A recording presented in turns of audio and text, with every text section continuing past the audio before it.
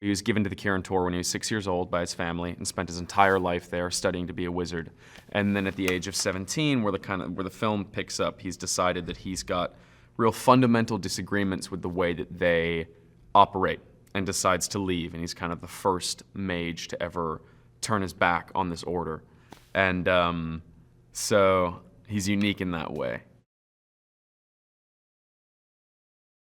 I think one of the most exciting things about this film for me, relating to the human and orc relationship, is the fact that it's not black and white. It's not good guys versus bad guys. Duncan wanted to leave any sort of prejudice like that at the door, and he didn't want it to be, oh, it's the humans are good and the orcs are really bad. He wanted to tell a human side and from both sides of the story. He develops a real bond with Garona, and I think, like I mentioned before, his having left the Kirin Tor and his living as kind of an outcast, he finds a bit of a kindred spirit in Garona, because she, in Draenor and in her relationship to Gul'dan and the rest of the Horde, she's half orc, half human. So she's a real pariah. She's ostracized from day one. She's a slave.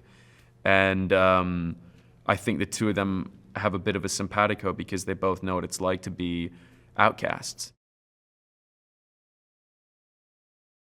Rob plays Orgrim in the film. On set, he's kind of been our go-to Warcraft guru because he is, like I said, huge gamer and really dedicated fan. And he's just got a really great energy and is very open and really available to any of us if we have any questions. And he's just like a Warcraft encyclopedia.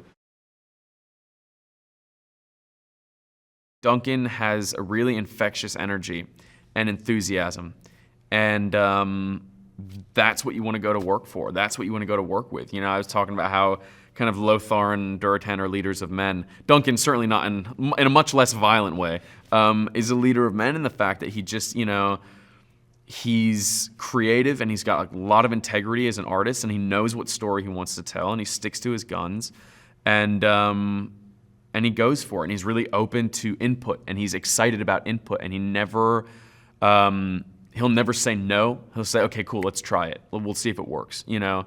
And that's amazing for an actor to work with. It's completely accessible if you've never even heard of the game.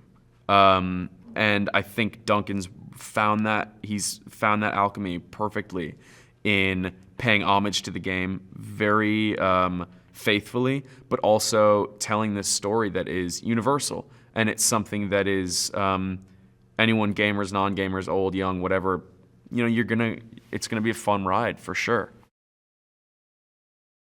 Did you know that the Deadpool costume had a muscle layer underneath that had to be removed because Ryan Reynolds was so muscular, the costume was not only too tight for him, but it made him look overlarge. Click here for more videos and let me know in the comments below who is your favorite Marvel character. See you soon!